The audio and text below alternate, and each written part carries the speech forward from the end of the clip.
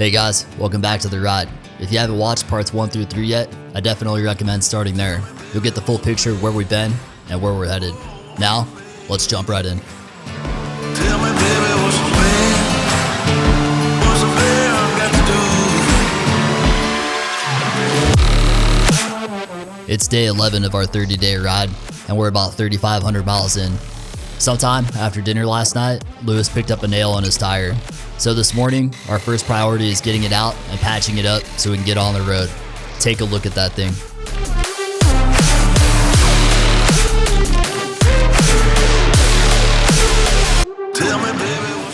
So here's the plan for today. We're gonna head into Titania to grab some breakfast and coffee. Then we plan on riding back into Yellowstone. At least that's what we thought we were gonna do. Unfortunately, the weather had other ideas. It was rainy and windy most of the day, and it ended up limiting our route.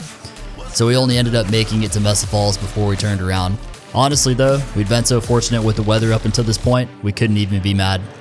We took a quick look at the falls, snapped a few pictures, and headed back towards the Airbnb.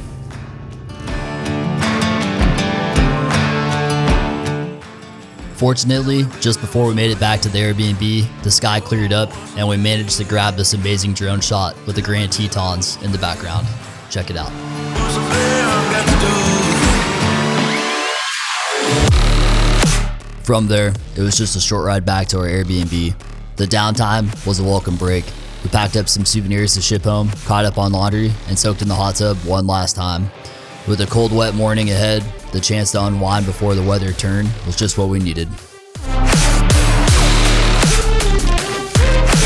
Day 12 kicked off exactly as we expected, cold and wet. Fully layered up, we started making our way toward Park City, Utah, but not without taking one more dirt detour. At this point, my street glide had officially seen more dirt than 70% of the GSs out there.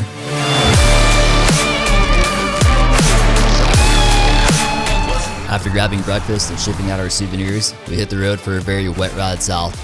The day turned out to be a geographical zigzag, starting in Idaho, crossing into Wyoming, then back into Idaho, only to return to Wyoming again. From there, we dipped into Utah, briefly returning to Wyoming one last time, and then wrapping up our day in Park City, Utah.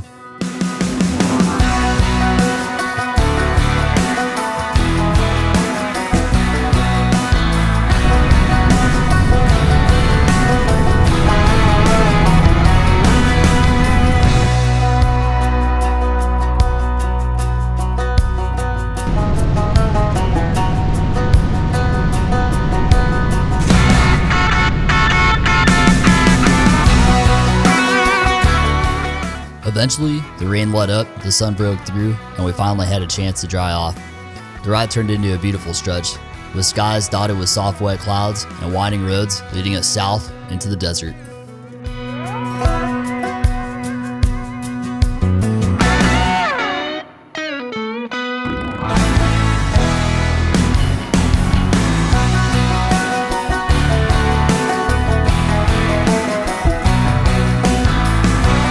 We finally rolled into Park City, Utah. Surrounded by fancy cow folk and ski town vibes, we grabbed a cold cerveza, kicked our boots up, and called it a night. We had a lot of good ideas for our Friday the 13th. Tattoos, haunted houses, summoned ghosts. In the end, we went for a good old ride. Luiz used to live here and had a good recommendation to go out to the Causey Reservoir, so that's what we did.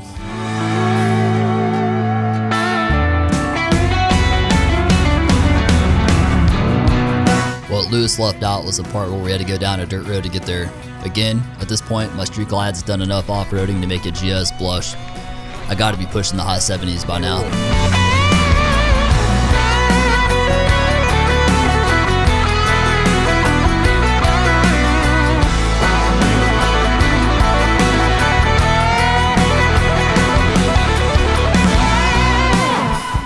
Even with the dirt road, it turned out to be a pretty solid spot.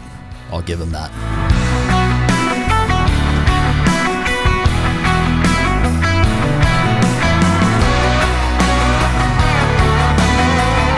We made our way back towards Park City.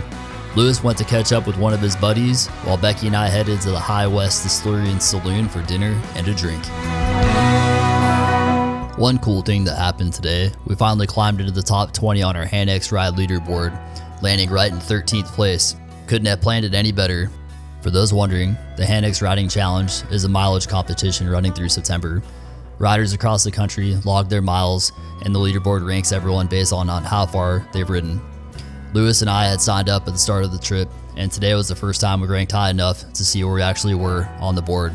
What's even better is Harley-Davidson donates $1 for every 20 miles logged, up to $250,000 to veteran-related causes. So every mile we ride helps support those who served. So stay tuned to see how we finish. We didn't get much riding in today. It was kind of a slow, sad one. My wife wasn't flying out until 2 p.m., so we spent the morning together before I dropped her off at the airport. Luiz had partied a little too hard the night before and couldn't get moving, so we ended up leaving him behind. We got him some of these stickers to remember his epic night though.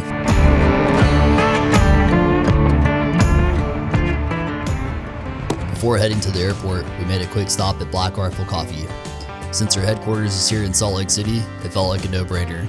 Then, we rode over to the airport, parked the bike, and packed her bag right there in the drop-off zone like total pros. We said our goodbyes, and just like that, she was off.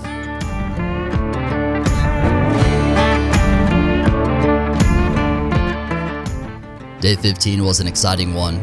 We were heading to my hometown, Gardnerville, Nevada. But first, we had a bucket list stop on the way, the fastest place on earth, the Bonneville Salt Flats. No speed limits, just miles of blinding white salt where land speed records are made. From there, we'd hit the loneliest highway in America, Highway 50, and ride toward Carson City, Nevada. The plan was to meet up with some of my friends and family for dinner, and then cruise south to Gardnerville to wrap up the day.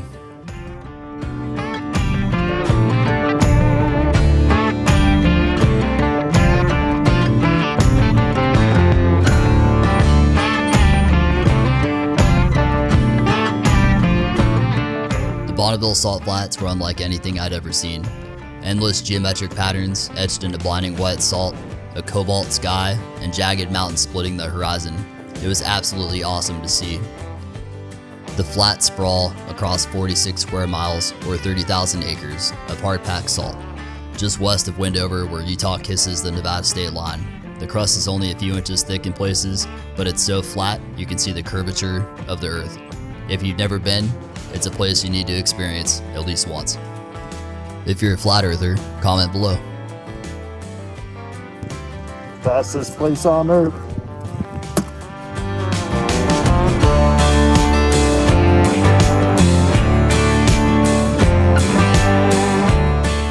Before we cut south towards Eureka, we clocked some miles on I-80, one of the longest highways in the country.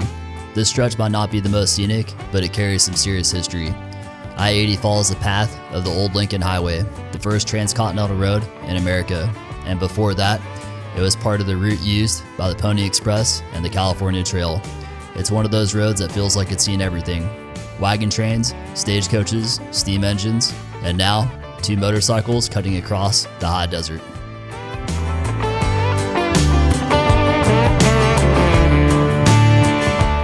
Once we got off Highway 80, Nevada really started to shine. We cut south on 278 towards Eureka, then connected up with the legendary Highway 50, or better known as the loneliest highway in America, and it ended up being one of my favorite rides of the entire 10,000 mile trip.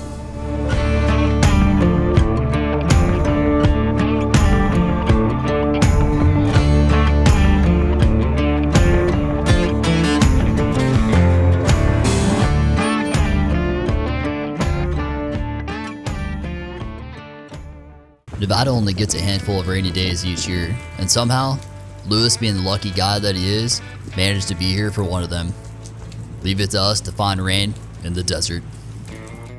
After cooling off in the rain, we fueled up in Eureka and started heading west on Highway 50 towards Carson.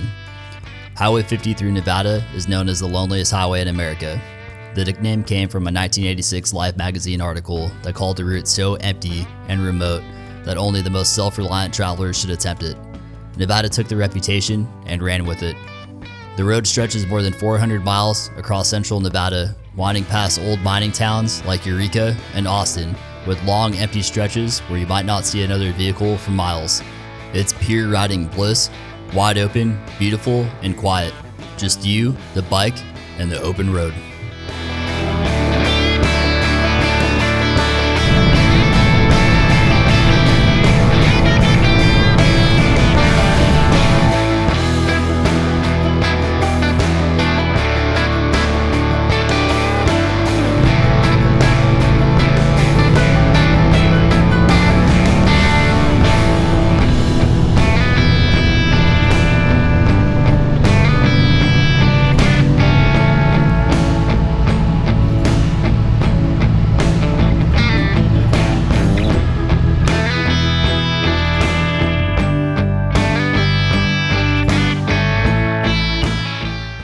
as we continued west, we'd also pass through Fallon, home to the Naval Air Station Fallon, where the US Navy runs its real-life Top Gun training program. Naturally, we had to swing by and grab a picture. No Maverick or Goose sightings, but we did feel the need for speed.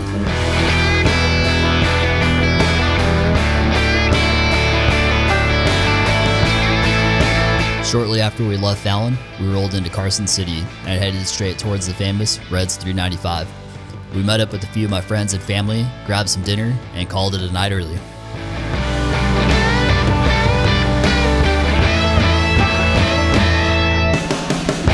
Day 16 came in cold.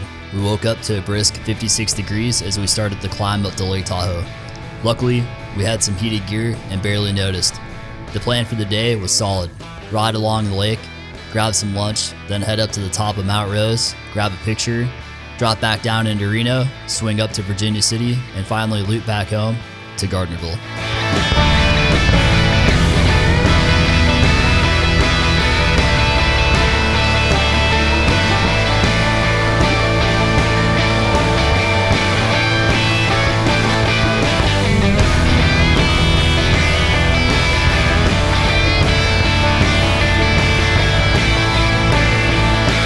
I know what you're thinking. Who's this random woman riding on the back of my bike? That's my stepmom, Debbie. We came out here to see her. My dad would have loved to have gone with us, but he passed away a few years ago. Still, I can feel him out there, riding with us in spirit. Miss you every day, Dad.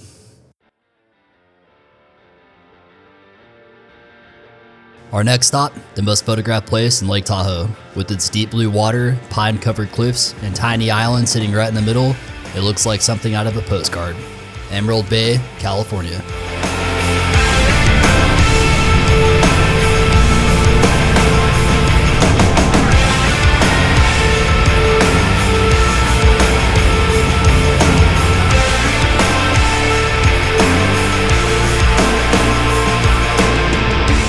We pulled over to take a few pictures and ended up meeting a whole family visiting from Denmark.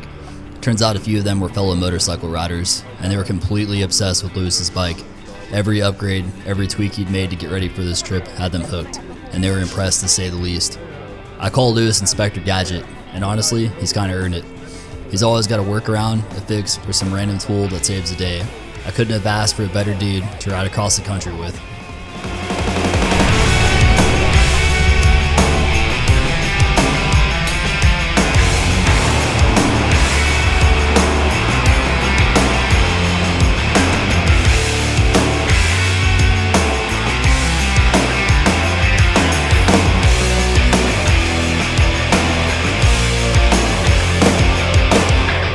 That little patch of land out there is Fannette Island, the only island in all of Lake Tahoe. And at the top, there's a small stone tea house that was built back in the 1920s, along with the nearby Vikingsholm Castle, just across the bay. Vikingsholm is often called the Castle of the Sierra, and it was built to look like a 19th century Scandinavian fortress.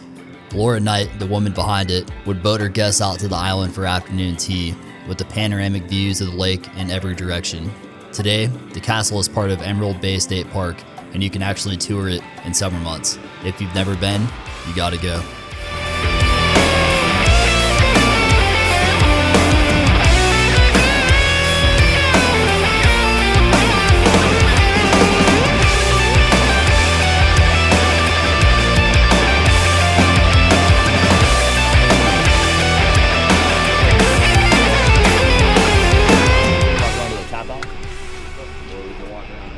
After leaving Emerald Bay, we got some burgers at the local tap house. Send it.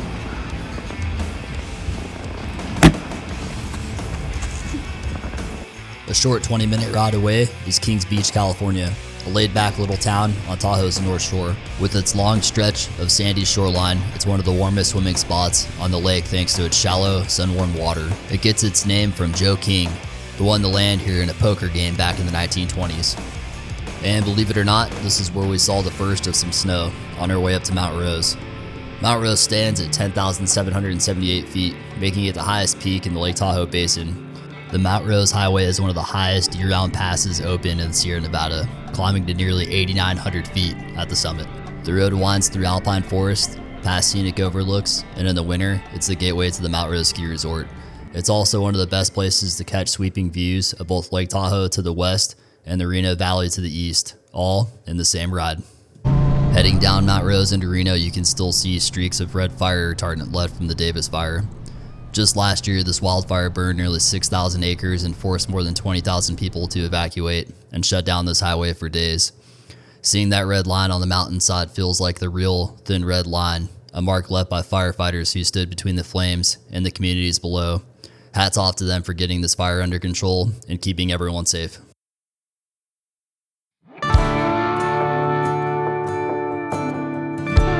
Our next stop was Virginia City, Nevada. Coming down Mount Rose dropped us into South Reno, where the road leveled out for just a few miles before climbing up again, this time up Geiger Grade.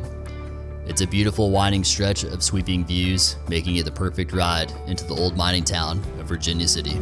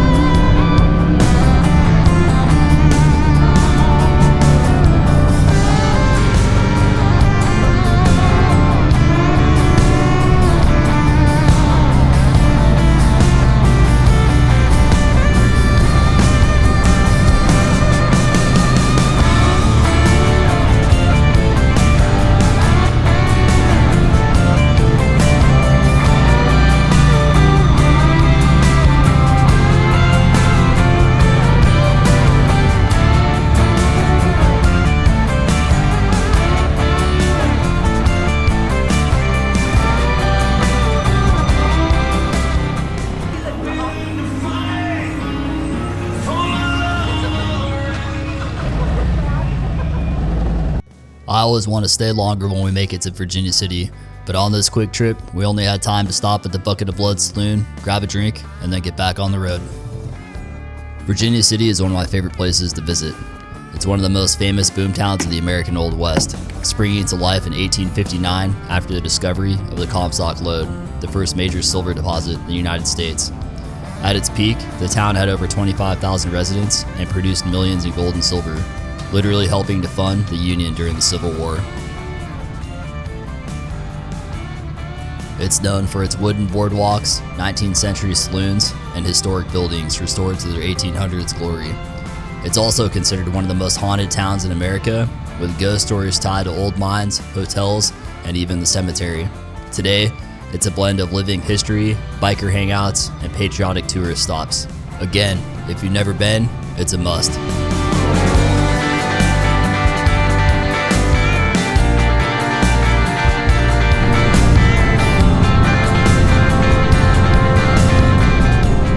After a quick trip home, we headed over to Francisco's in Minden, Nevada to meet up with some of our friends for dinner. It's always a blast seeing them, and like always, the night went by way too fast. Of course, we've been putting off an oil change and servicing the bikes until the last possible minute, so instead of calling it a night, we rolled straight into the garage after dinner and turned it into a midnight pit stop. The next thing we knew, it was 2 in the morning and we were still covered in oil prepping for a 7 a.m. departure to Las Vegas. After a quick 32-hour visit to my hometown, it was time to get moving again. We said our goodbyes to Debbie and pointed the bike south and started steaming towards Las Vegas.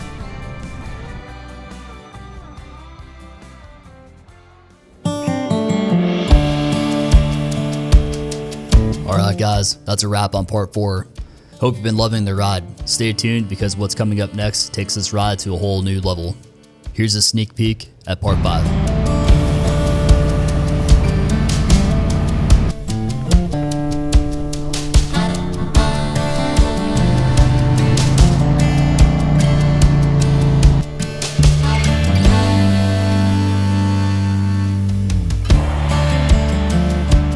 If you're along for the journey, do me a solid and hit that like and subscribe button and get ready for part 5. We're only halfway through and the wildest miles are still ahead. Thanks for watching and we'll see you on the next one.